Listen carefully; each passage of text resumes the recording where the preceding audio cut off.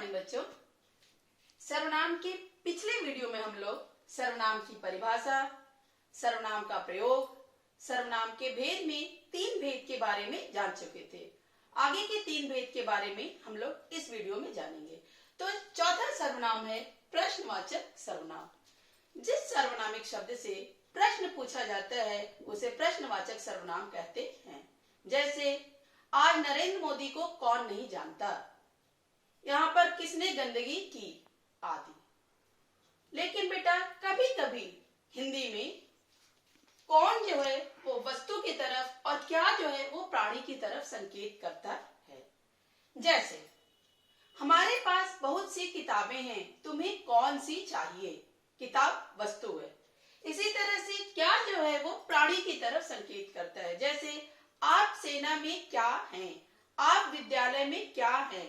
लेकिन यह कौन वस्तु और क्या प्राणी की तरफ मैंने पहले ही बताया कभी कभी ऐसा होता है। अब पांचवा है संबंधवाचक सर्वनाम।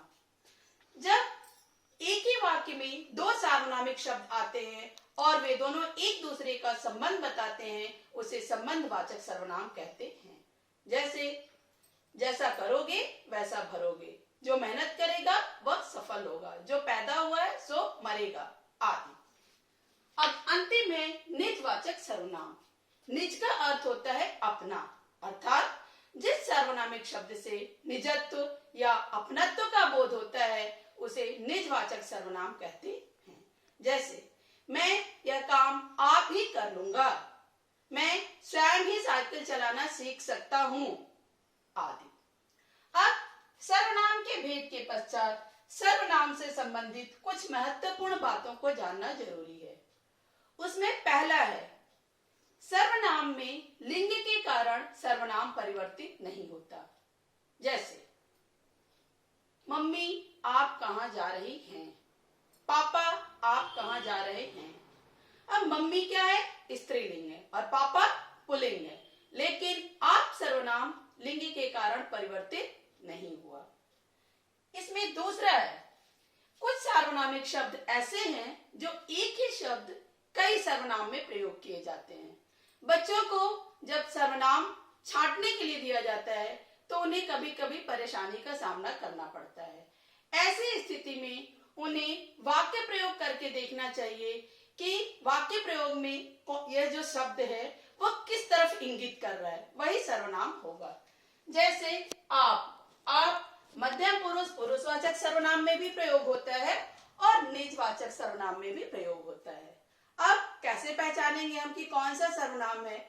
तो यदि आप शब्द जो है वह किसी बड़े लोगों के लिए प्रयोग किया गया है तब वह मध्यम पुरुष पुरुषवाचक सर्वनाम है। जैसे पिताजी आप कहाँ जा रहे हैं, तो ये क्या है, मध्यम पुरुष पुरुषवाचक सर्वनाम है। लेकिन यदि यही आप शब्द निजत्व के लिए प्रयोग किया गया है तो वहां पर निजवाचक सर्वनाम होगा। जैसे मैं आप ही जाकर के अपनी किताबें ला लूंगा, तो यहाँ पे आप क्या है, हमारे लिए है कि मैं अपने आप चला जाऊंगा और किताब लेकर के आ जाऊंगा। इसी प्रकार यह वह ये वे, ये ऐसे सर्वनामिक शब्द हैं जो अन्य पुरुष पुरुषवाचक सर्वनाम में भी प्रयोग होते हैं और निश्चयवाचक सर्वनाम में भी प्रयोग होते हैं। इसमें भी वही कि हम वाक्य प्रयोग करके देखेंगे कि ये किस तरफ इंगित कर रहे हैं। यदि यह वह ये वे किसी थर्ड पर्सन की तरफ इशारा कर रहे हैं तब वे अन्य पुरुष होंगे, और यदि वह किसी तरफ संकेत कर रहे हैं तब वे निश्चयवाचक सर्वनाम होंगे।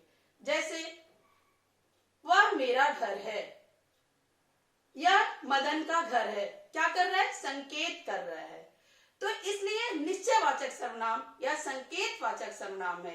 निश्चयवाचक को संकेतवाचक सर्वनाम भी कहा जाता है।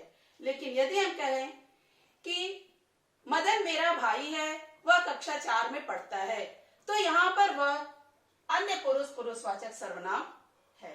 इसके अतिरिक्त आजकल मैं, तुम, हम, इसकी जगह पर मेरे को, तेरे को, हमारे को, यह सार्वनामिक शब्द प्रयोग होने लगा है जो कि गलत है।